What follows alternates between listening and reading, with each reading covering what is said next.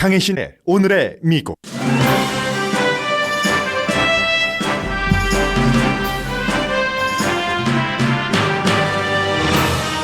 트럼프 대통령이 지난 주말 4가지 내용이 담긴 경기부양책에 서명했습니다. 행정명령 또는 메모랜덤입니다. 그러나 대통령의 이 명령이 합법적인지 또 시행 가능성이 있는지 의문입니다. 백악관과 민주당은 대통령의 행정명령을 두고 격돌하고 있으며 공화당에서도 일부 의원들이 반발합니다. 분명한 것은 법적 소송이 이어진다는 것과 당장 시행하기 힘들다는 점입니다. 시카고에서는 지난 주말 용의자와 경찰의 총격 대치 사건 이후로 약탈이 이어졌습니다. 오늘 아침 당국은 다리와 교통 차단을 통해 시카고 다운타운 진입을 막고 있습니다. 미국이 홍콩 이슈와 관련해 홍콩인과 중국 본토인 11명의 미국 내 자산을 동결하는 등 제재를 한 데 대해 중국은 똑같은 숫자인 11명의 미국인에게 미국과 같은 내용의 보복 조치를 했습니다. 중국은 홍콩의 민주주의를 수호하는 언론사 대표와 그의 아들들, 회사 간부를 외국과 공모한다는 이유로 체포했습니다. 새로운 홍콩 보안법에 따른 것으로 유죄가 확정되면 종신형에 처해질 수 있습니다. 미군 보건복지부 장관이 어제 대만을 방문한 것은 1979년 이후 최고위직 미국 공직자의 방문입니다. 그러나 미국이 진정 대만과 더욱 가까운 관계를 맺기 위한 것인지에 대한 진정성은 아직 알 수 없습니다. 현대자동차의 새로운 전기자동차 출시 계획은 미국에서도 주목합니다. 부자일수록 코로나 바이러스 사태 이후 외식에 대해서 편안해하는 것으로 조사됐습니다.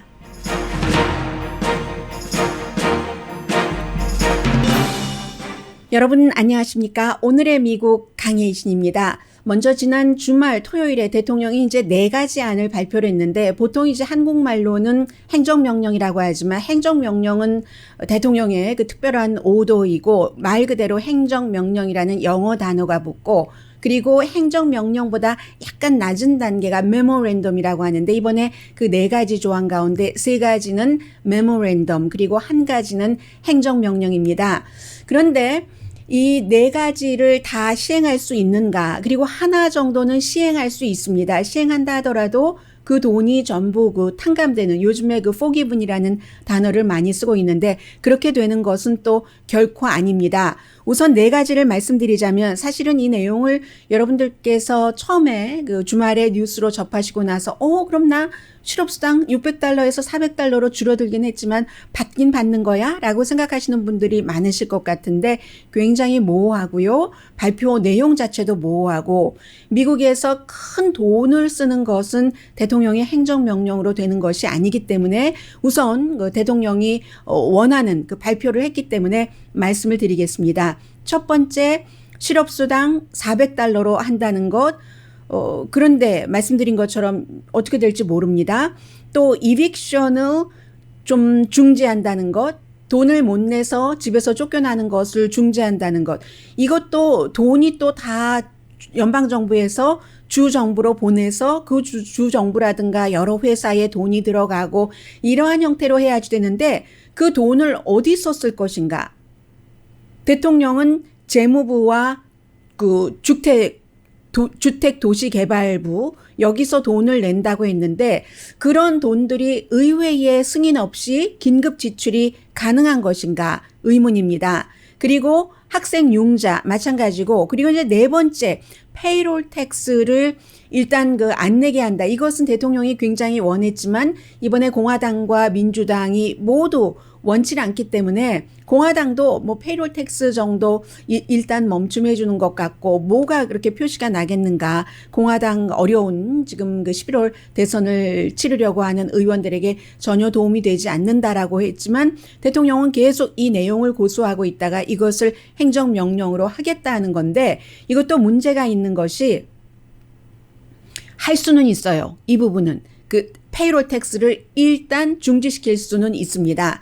그런데 대통령은 중지시킬 수만 있지 그것을 완전히 탕감할 수는 없기 때문에 내년에 세금 보고할 때는 그때 또 다 돈을 내야지 되는 거거든요. 그래서 이 네 가지가 전부 불분명하다.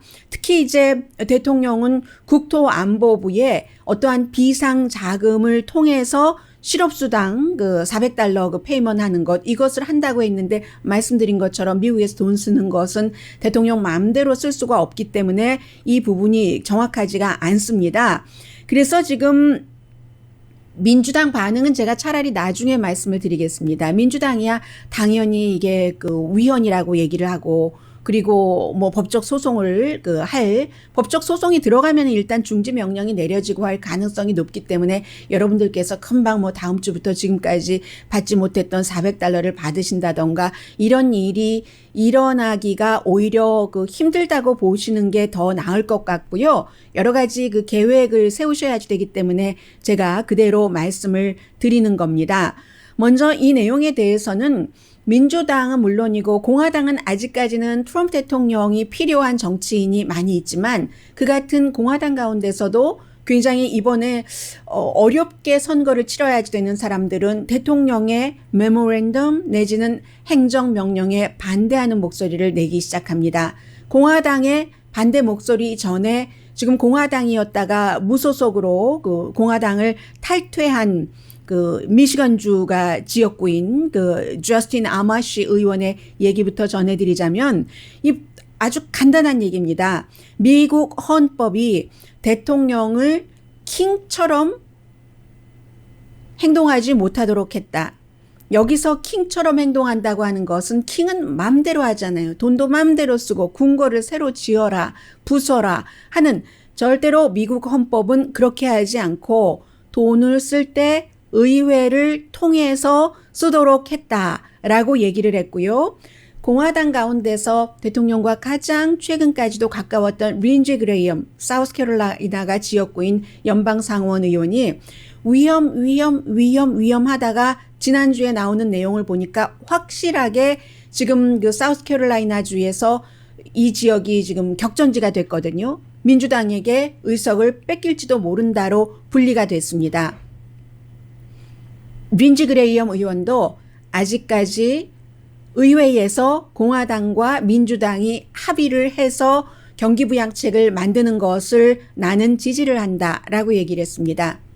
테네시가 지역구인 역시 공화당의 라마 알렉산더 연방상원 의원은 은퇴한다고 했으니까 80이 넘었고 전혀 대통령 눈치를 볼 필요가 없고 원래도 공화당에서 항상 온건한 의원이었습니다. 역시 이 사람도 마찬가지로 똑같은 얘기입니다. 학생을 도울 수도 있고 또 그 집 렌트비 내는 것 그런 많은 미국인들을 도울 수도 있고 또 일자리에서 일시 감원이나 아니면 영구히 일자리를 잃은 그런 사람들도 도울 수가 있다. 대통령도 도울 수가 있다. 그러나 항상 의회를 통해서 행동을 해야지 된다라고 얘기를 했고요. 그 밖에도 여러 명의 공화당 의원들이 대통령의 이 같은 그 주말의 제안에 대해서 반대를 하고 있습니다.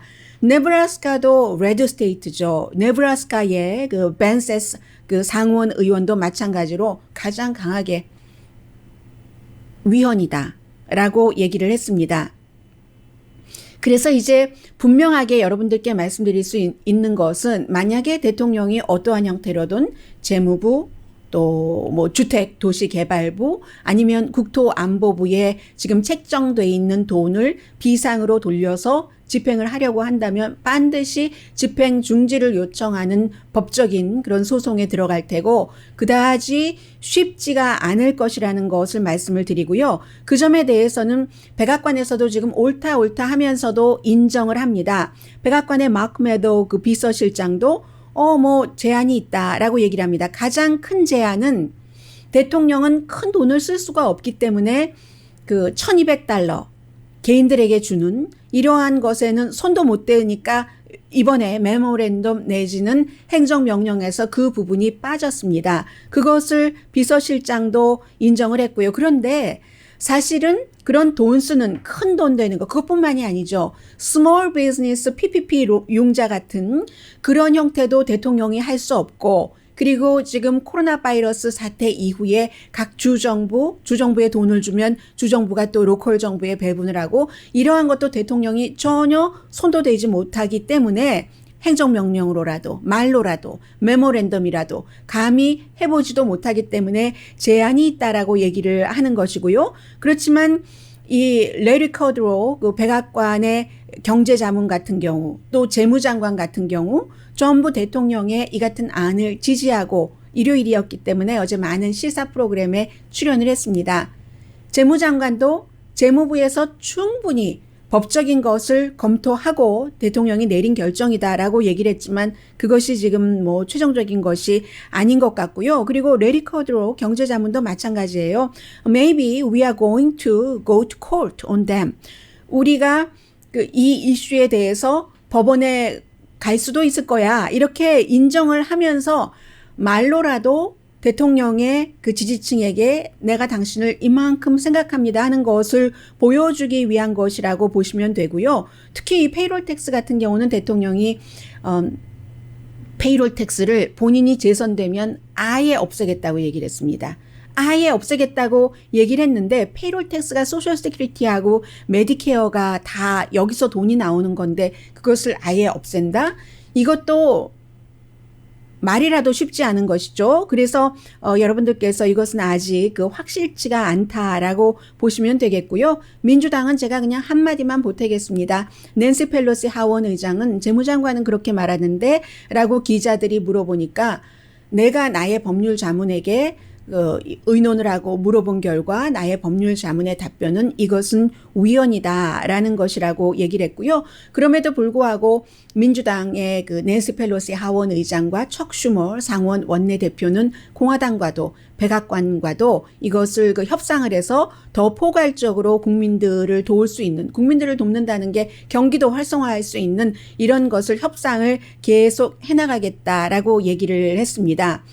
그러니까 또 대통령이 트윗을 했어요. 거봐, 내가 얼마나 잘했어? 내가 이렇게 크게 한번 황 하니까 민주당이 협상한다고 하잖아. 지난주에 협상을 안 한 건 아니에요. 하다가 깨진 것이지. 대통령이 굉장히 에너지도 많고 가장 많습니다. 두 번째로 많은 나라가 처음엔 별로 없었는데 거리 두기 안 하고 마스크 안 쓰고 본인도 또 양성 반응 나오고 하는 대통령이요. 브라질입니다.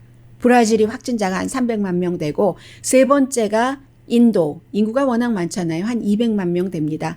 미국의 사망자는 이제 16만 명을 넘어서 질병통제국에서조차 12월 달에 30만 명 정도 될 수 있다고 예상을 하고 그렇게 볼 때 가만 생각해 보면 날씨가 더워지면 여름에는 확진자가 확 줄어들었다가 가을에 다시 날씨 추워질 때를 걱정해야 된다 하는 얘기가 다 소용없는 얘기가 돼버렸습니다. 지금 이 상태에서 아이들의 감염이 조금 늘어나고 있어서요. 불과 뭐 한 2주일 그 사이에 거의 10,000명 정도 아이들이 감염이 됐고 실제로 그 교육부에 따라서 계약을 한다고 하니까 막상 우리 아이를 학교에 보내야지 되는가? 여기에서 그 갈등하는 부모님이 굉장히 많으셔서 지금 영국 매체 이코노미스트가 조사한 걸 보니까 아이들에게 안 보내겠다 하는 사람들이 점점 늘어나고 있다는 것이고요. 그런데 이것도 당에 따라서 차이가 있고 지역에 따라서 차이가 있어서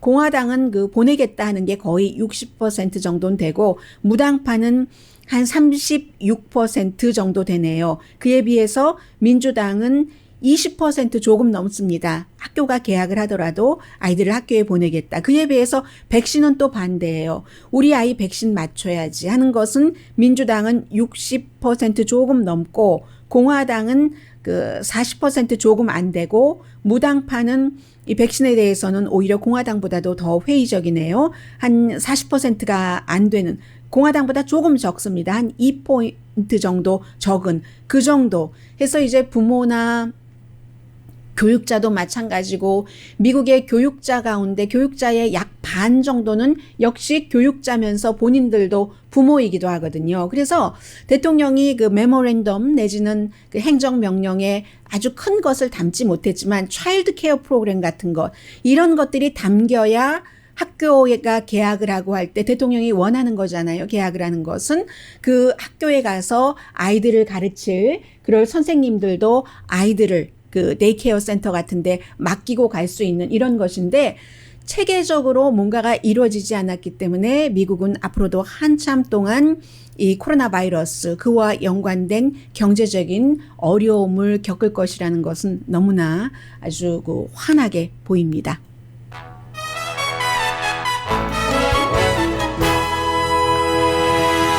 잠시 뒤에는 뭐 이번 주에 그 부통령 늦었어요. 사실은 그 대통령, 전 부통령이 본인이 대통령 선거에 나가면서 부통령 후보를 발표하는 주이기도 하고 시카고에서 지금 코로나 바이러스 사태 때문에 모든 것이 복잡합니다만은 또 약탈, 경찰과 일반인들의 어떤 충돌 같은 것들도 있었고요. 그리고 공화당의 상원도 지금 심상치 않습니다. 잠시 뒤에 전해드리면서 복음주의 가운데서 가장 큰 대학인 리버티 유니버시티의 그 총장이 지난주에 본인이 요트에서 어떤 뭐 바지 지퍼도 내리고 이렇게 찍은 사진을 직접 올렸다가 내리고 무기한 총장직에서는 그 내려왔는데 그게 이제 여러 가지로 큰 그 이슈가 되고 있고요. 잠시 뒤에 전해드립니다. 라디오 서울 방송 오늘의 미국 듣고 계십니다. 혹시 시카고에서 이 방송을 듣고 계신 분이 계시다면 저는 사진만 보고 시카고의 그 시카고 리버에 쫙 이쪽과 이쪽을 통해서 다운타운으로 들어갈 수 있는 그 빨간색 그 철제 다리가 쫙 올려진 것을 처음 봤습니다. 가운데가 말하자면 이음새로 돼 있었던 거예요. 오늘 그런 것을 다리를 올려서 이제 그 통행을 막았고 교통수단도 열차도 다 지금 끊어버렸거든요. 왜 그랬냐면 지난 주말에 그 용의자와 경찰관의 용의자가 총을 갖고 있었습니다. 경찰관의 어떠한 그 교전까지는 아니지만 어쨌든 서로 그 무장 대치를 하는 과정에서 용의자가 총에 맞았습니다. 현재 그 용의자의 상태에 대해서는 나오지 않는데 그 이후에 일요일 밤부터 시카고에서 사람들이 모여서 약탈이 시작됐습니다. 분명한 약탈입니다. 사진을 보니까 유홀 같은 데는요, 밤 한 12시경부터 약탈이 시작됐다고 하는데 아침 날이 밝을 때까지 약탈이 있었고, 그리고 베스트 바이처럼 큰 그 전자제품을 파는 곳도 피해가 이만저만이 아닌 것으로 보였습니다. 사진으로만 볼 때도. 그래서 결국은 오늘 그 아침에 이렇게 다리를 들어 올리고 그런 것을 그 시카고 안으로 그 다운타운으로 들어가는 것을 지금 막고 있고 한 100명 정도가 체포됐다고 하고요. 그래서 이러한 혼란 상태가 시카고에서는 지금 있고요. 그리고 이제 정치적으로는 조 바이든 민주당의 그 후보가 지금 누군가 후보를 선택을 해야지 되는데 부통령 후보요. 물론 엘리자베스 워렌과 같은 화이트 피플도 있어요. 그리고 엘리자베스 워렌이 누구보다도 이번에 그 본인이 그 후보에서 사퇴하고 난 뒤에 조 바이든 후보에게 선거 기금을 가장 많이 모아줬다고 하거든요. 뭐 여러 가지로 해석할 수 있겠죠. 정말로 그 민주당에서 대통령이 나오기를 원하기 때문에 아니면 본인이 그 부통령이 될 가능성이 있기 때문에 부통령이 돼서 뭔가를 해보려고 생각을 한다면 많은 것을 지원을 해주는 것을 보여야지 되니까 그 뭐 두 가지 다일 수 있겠죠. 몇 퍼센트인지는 그 엘리자베스 워렌 그 상원의원 본인만 알 테고요. 그런데 이게 중요한 게 지금 물론 누가 될지 아무도 모르겠습니다만은 카멜라 해리스도 나오고 수잔 라이스 전 유엔 대사도 나오고 카멜라 해리스는 뭐 상원의원 캘리포니아주 검찰총장을 했었던 그런데 주말에 또 그 카멜라 해리스 같은 경우는 너무나 그 좀 극좌 쪽에 많이 속하기 때문에 본인이 사임을 해야지 된다. 이런 지적도 지금 나오고 있고요. 수잔 라이스 전 유엔 대사 같은 경우는 정말 그 이렇게 그 선출직을 해보지 않았기 때문에 강한 맷집에 몇 개월이지만 견딜 수 있겠는가. 트럼프 대통령을 효율적으로 카멜라 해리스처럼 두드릴 수 있겠는가.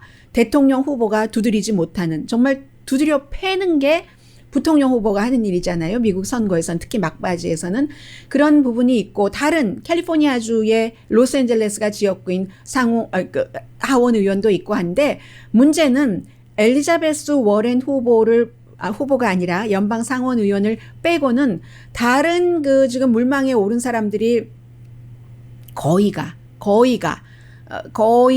그 아프리칸 아메리칸 여성이기 때문에, 그리고 여성이에요, 전부. 남자 이름은 오르지 않고. 아프리칸 아메리칸 대 아프리칸 아메리칸이라는 이 부통령 후보가 되는 것도 경쟁이잖아요, 당 내부에서.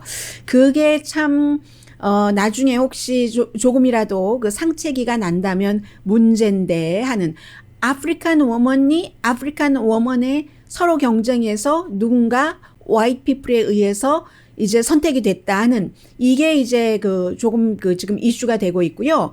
그리고 지금 나오고 있는 그 여론조사를 보면 여론조사들이 완전하지는 않습니다.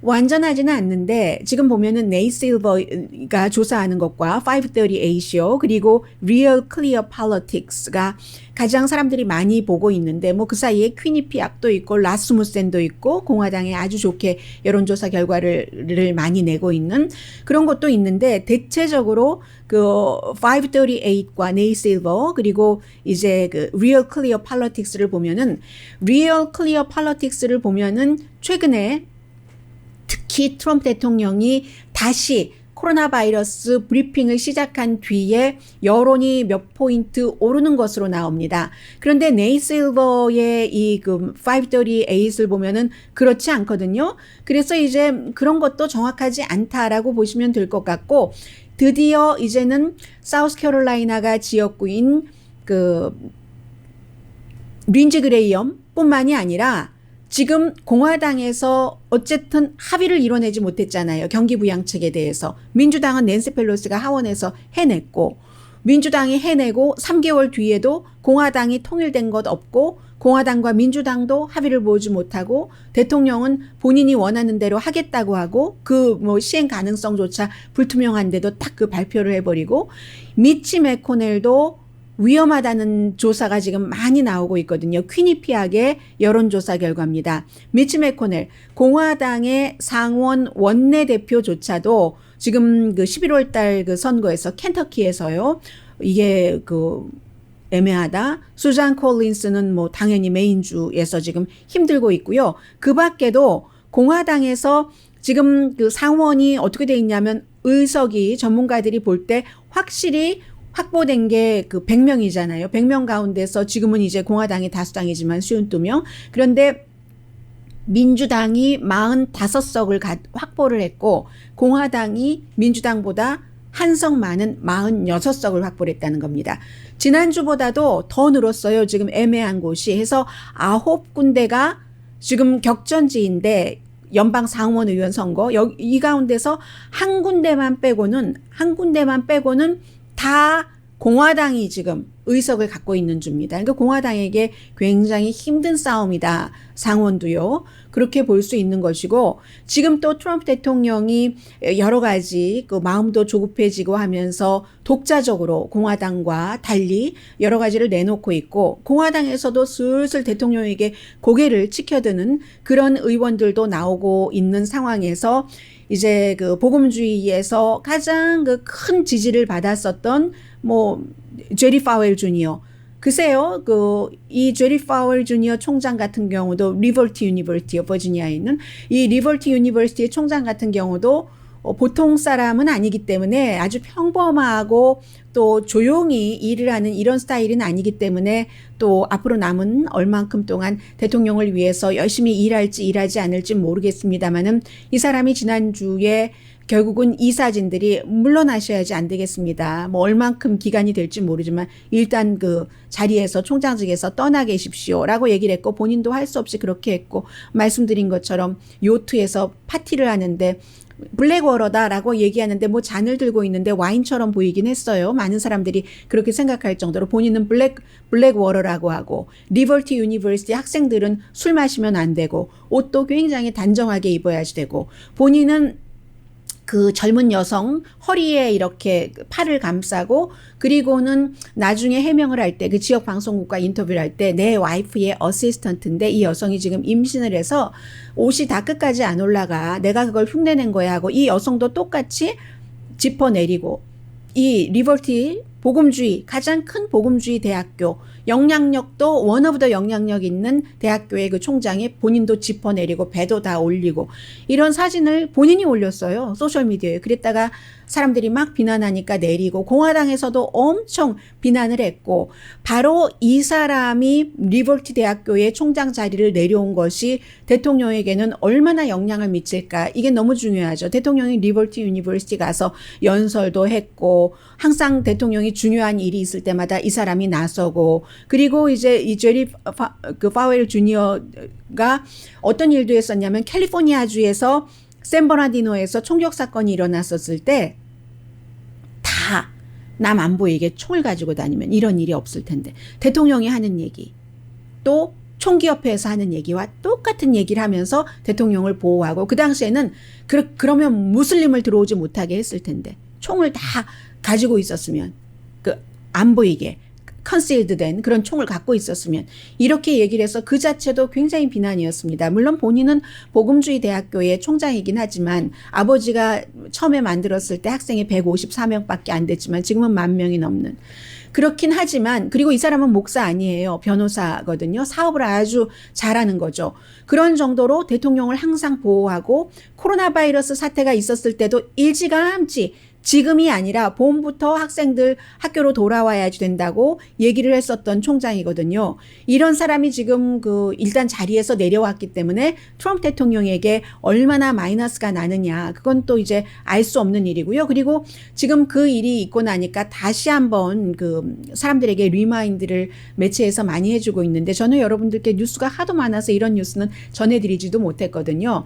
대통령과 제리 파웰 주니어가 친하니까 언젠가는 대통령의 픽서인 지금은 대통령과 원수가 됐지만 대통령의 총알바지라도 하겠다고 했던 그 마이클 코헨이 제리 파웰이 트럼프 대통령에게 SOS를 해서 또 다른 사진을 막아줬답니다. 또 다른 사진 이번에 이제 짚어내리고 하는 거였는데 그 사진도 마이클 코헨의 그 증언에 따르면 부부 사이에서만 사진을 구태여 교환해야 된다면 부부 사이에서만 교환할 수 있는 그런 사진이 문제가 될 것 같으니까 결국은 세상에 공표되지 않게 내리게 하는 일을 대통령의 픽서인 마이클 코헨이 해줬다 하는 얘기까지 지금 나오고 있습니다. 그래서 굉장히 위선적이다라는 얘기가 많이 나오고 사실은 이 제리 파웰 썰가 처음으로 이 리버티 유니버시티를 만들고 이분이 좀 일찍 돌아가셨어요. 70대 초반에 돌아가시면서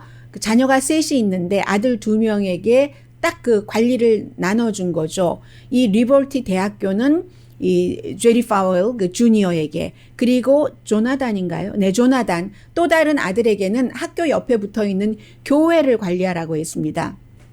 성경에 나오는 스토리예요. 누구에게 누구에 줬는데 이 제리 파웰 주니어는 학교를 아버지가 하지 못했던 그런 수준으로 굉장히 돈을 많이 벌었어요. 스포츠 팀을 유치를 했고요. 광고 같은 것 굉장히 많이 하고 그리고는 이제 팬시한 그런 건물 짓고 기숙사 짓고 해서 세계에서 유학생들 받고 해서 학교를 숫자도 또 재정도 더 아버지 때보다 단단하게 해놨죠. 그에 비해서 이제 조나단이라는 아들은 목사거든요. 이 아들은 그렇게 파웰 주니어처럼 앞장서서 일하지 않고 조용히 교회에서의 리더십을 지금 발휘를 하고 있습니다. 잠시 뒤에 현대 자동차 관련 뉴스, 경제 관련 뉴스 전해드립니다.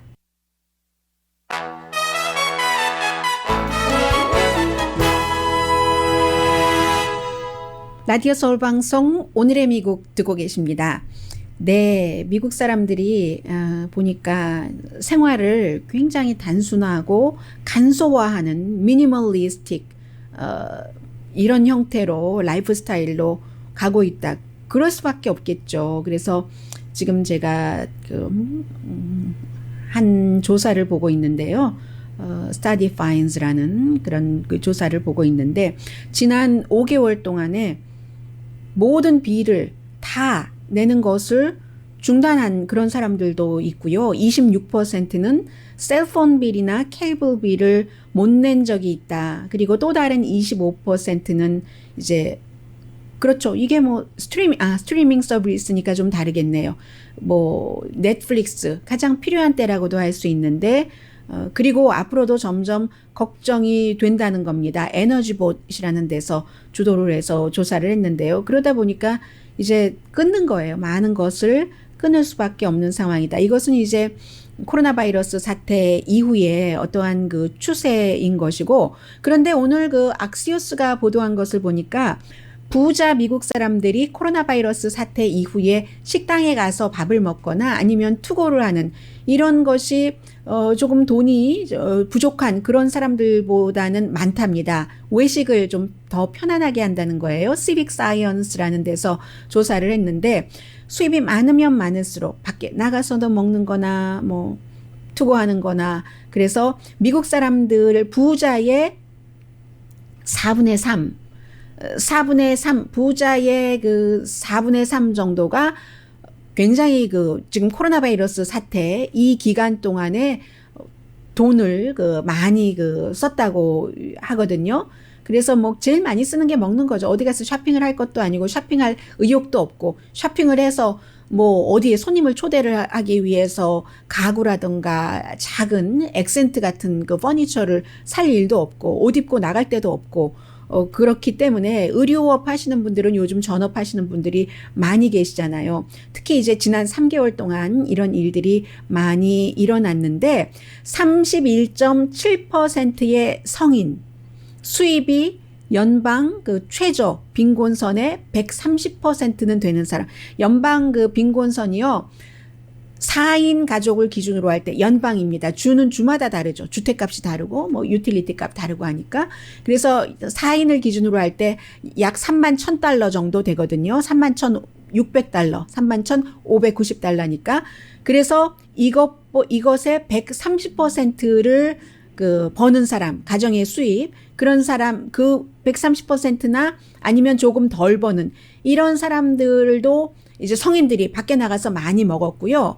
그런데 이제 36.4% 그 이상을 버는 사람, 말하자면 연방 최저 그 기준 4인 가족으로 31,590달러에서부터 85,000달러 이 정도를 버는 사람들은 더 많이 밖에 나가서 먹는다는 것이고요. 그런데 연방 기준보다 못 버는 사람은 훨씬 적게 돈이 없으니까 결국은 밖에 나가서 못 먹는 것이고, 그리고 이제 또 하나의 특징이 이렇게 밖에 나가서 외식을 할 때도요. 무슨 작은 스몰 뭐 마음앤팝 레스토랑에 간다던가 그런 것보다는 체인 레스토랑이나 패스트푸드 레스토랑이나 그런 곳을 많이 가는데, 그것은 역시 이 사람들이 건강을 걱정하기 때문에 트럼프 대통령도 뭐 맥도날드 같은데 잘 가서 사람들에게 직접 가서 본인이 사진 않지만 사오라고 하는 것이 그게 안전하다고 생각해서 그런다잖아요. 그 뭐 빵은 빼고 고기만 먹는 경우가 많고, 그래서 아무래도 큰 데는 뭔가가 이렇게 그 체계화돼 있으니까 안전 문제에 있어서 그렇다는 얘기가 있고요. 그리고 이제 코로나 바이러스 이후에도 계속 이어질 또 다른 추세는 바이러스와 상관이 없는데도 현대자동차가 전기자동차를 뭐 지금도 있습니다만 새로운 전기자동차를 만들어서 앞으로 뭐 몇 년 안에 어떻게 하겠어 하는 발표를 했더니 미국에서도 크게 보도를 하거든요. 이거 두 가지라고 봐요. 우선 추세이기도 하고 현대자동차가 미국 각 회사의 스폰서, 광고주이기도 하고 하니까 그 두 가지가 겹쳐져서 뉴스가 다 된다고 보는데, 뭐 월스트리트저널 모든 군데서 다 발표를 하는데, 그 이름 자체가 그 아이러닉이 아니라 아이오닉이라고 하는데, 왜 아이오닉인가?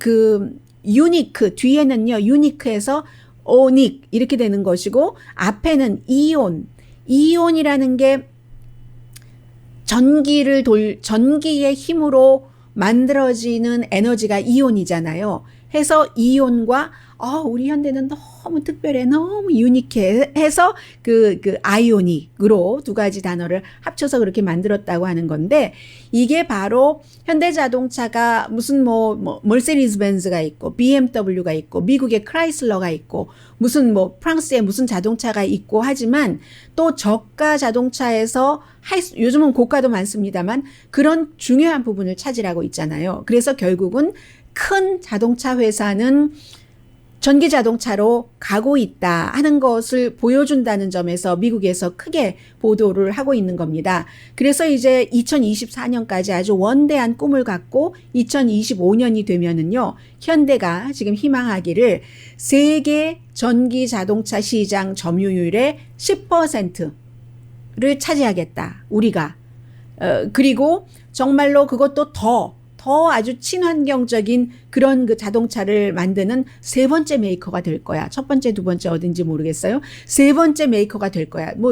짐작은 되네요. 그렇게 현대가 생각을 하고 있다고 아주 자세히 보도를 해주고 있어요. 미국에서. 첫 번째 모델이 그 아이오닉 모델이 내년에 나오는데, 내년에 나오는 모델이 있고, 그리고 이제 또 2022년도에는 세단이 나오고, 내년에 나오는 것은 크로스오버겠네요. 그리고 이제 2022년도에 세단이 나오고 2024년이 되면은 또 SUV가 나오고, 이런 형태로 이제 현대자동차도 전기자동차로 간다. 그러니까 이런 것에서 봐야지 되는 거예요. 미래를. 아주 분명한 거죠. 석탄, 그리고 무슨 아무튼 오염을 내는 것은 이제는 아닌 거죠. 늦었다고 생각될 수도 있지만 그쪽 업계에 종사하고 있는 사람이 어쩔 수 없어요. 다른 직업을 찾는 수밖에 없고, 다른 직업을 찾을 수 있도록 정부에서는 교육 프로그램을 만들고 그 교육을 받을 수 있도록 재정적으로 지원을 해주는 것. 자동차도 이미 전기자동차, 무인자동차로 가고 있기 때문에요. 잠시 뒤에 중국 관련 중요한 뉴스들 종합해 드립니다.